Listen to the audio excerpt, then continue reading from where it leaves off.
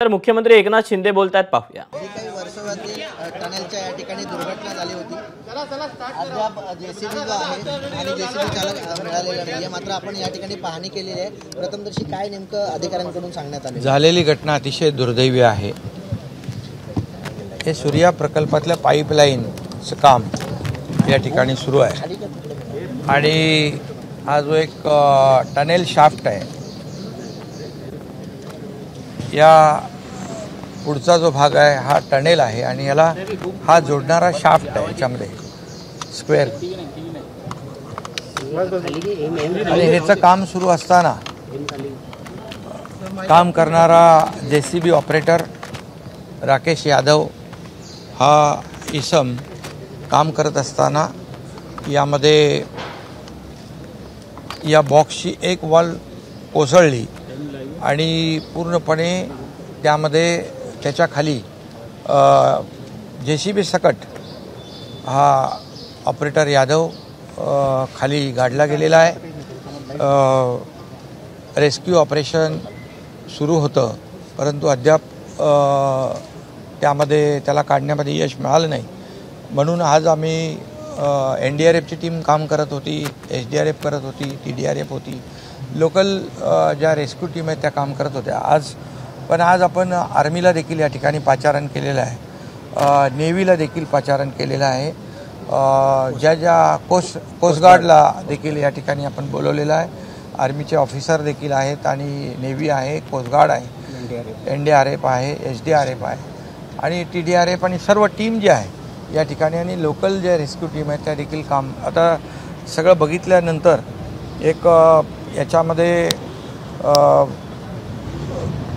VJTIचे professor J आहेत त्यांच्या मार्गदर्शनाखाली देखील या ठिकाणी रेस्क्यूचं काम होईल आणि आर्मीला देखील, नेव्हीला, कोस्टगार्डला, NDRFला जो असलेला एक्सपिरियन्स आहे अशा प्रकारच्या घटनामध्ये मोठ्या प्रमाणावर खाली लँडस्लाईडसारखंच झालेलं आहे, म्हणजे पूर्ण भिंत कोलॅप्स झाली आहे आणि त्यामुळे सर्वात आधी JCB आणि तो जो काही राकेश यादव जो आहे त्याला रेस्क्यू म्हणजे बाहेर काढणं याला आम्ही प्राथमिकता देतोय आणि मला वाटतं त्याला बाहेर काढण्यामध्ये आर्मी आणि सर्व टीमला यश मिळेल। अशा प्रकारचं काम या ठिकाणी आपण करतो। सर, किस प्रकार से घटना है? NDRF आणि त्यांना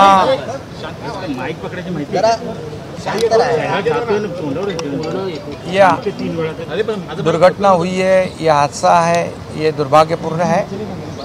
ये सूर्या प्रकल्प का एक प्रोजेक्ट है जो मेरा भाईंदर की तरफ टनल जाता है और इसका एक शाफ्ट बॉक्स है। ये बॉक्स में जो काम कर रहे थे जो राकेश यादव JCB ऑपरेटर, और काम करते हुए एक वॉल गिरने से पूरा मलबा नीचे आने से उसमें फंसा हुआ है। अब तक रेस्क्यू टीम ने काम किया, मगर अभी तक JCB और राकेश यादव को हम लोग निकाल नहीं पाए और इसलिए आज आर्मी, NDRF यहाँ पर काम कर रही थी, SDRF काम कर रही थी, TDRF काम कर रही थी। आज आर्मी भी उनके साथ मदद के लिए, नेवी और कोस्ट गार्ड, ये नई टीम अपने एडवांस इक्विपमेंट के साथ में यहाँ पर मौजूद है और मुझे विश्वास है कि उनके परिवार भी यहाँ आए हुए हैं और मुझे विश्वास है कि ये जॉइंट एफर्ट्स लेने के बाद ये यादव जो है उनको हम रेस्क्यू करके बाहर निकाल सकते हैं। सर, सरकार की तरफ से करण्यात येणार आहे?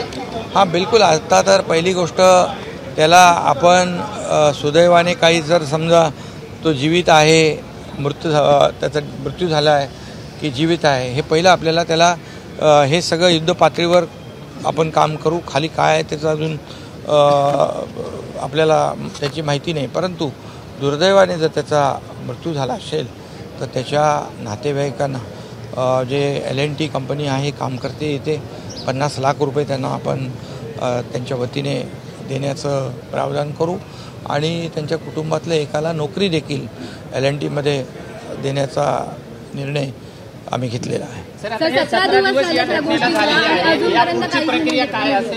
नाही, म्हणून आता जे काय आता हां बिलकुल आत्ता तुरंत काम सुरू होईल, कारण आता आर्मी पण आहे, नेव्ही पण आहे, कोस्टगार्ड पण आहे आणि NDRF पण आहे. हे सगळे जॉईंट एफर्ट्स घेतील. अशा घटना जेव्हा होतात तेव्हा काही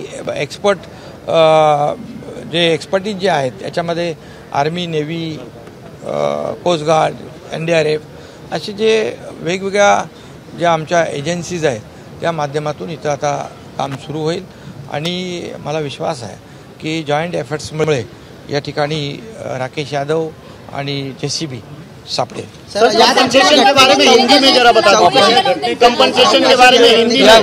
या घटनेची चौकशी VJTIचे प्रोफेसर बंबोले यांच्या मार्गदर्शनाखाली सुरू केलेली आहे आणि त्याची सर्व चौकशी होईल. कास्ट स्ट्रक्चर पडलं त्याचं जे काही आहे ते चौकशीमध्ये समोर येईल. आणि हाँ सर, कंपनसेशन हिंदी में बता दीजिए, कंपनसेशन के बारे में. अभी हम तो चौकशी आपण सुरू केलेली आहे. चौकशी करून जे काही त्याच्यामध्ये दोषी असतील त्यांच्यावर कारवाई होईल आणि त्याचबरोबर उसी के साथ कॉम्पनसेशन जो है ये हुई जो हादसा हुआ है वो तो बहुत ही दुर्भाग्यपूर्ण है, दुखद है. उनके परिवार के साथ हमारा सरकार है, शासन है और LNT जो कंपनी यहाँ काम कर रही थी उनके तरफ से 50 लाख रुपए उनको मुआवजा जो है वो देने का निर्णय हमने लिया है और उनके परिवार के एक सदस्य को नौकरी देने का भी निर्णय लिया है. हम उस परिवार के साथ है, हमें भी उनके प्रति संवेदना आहे. बचाव कार्यामध्ये काय नेमकं सुरू आहे याबद्दलची माहिती मुख्यमंत्री एकनाथ शिंदे यांनी दिलेली आहे. 17 दिवसांपासून हे बचाव कार्य सध्या सुरू आहे. ABP माझा, उघडा डोळे बघा नीट.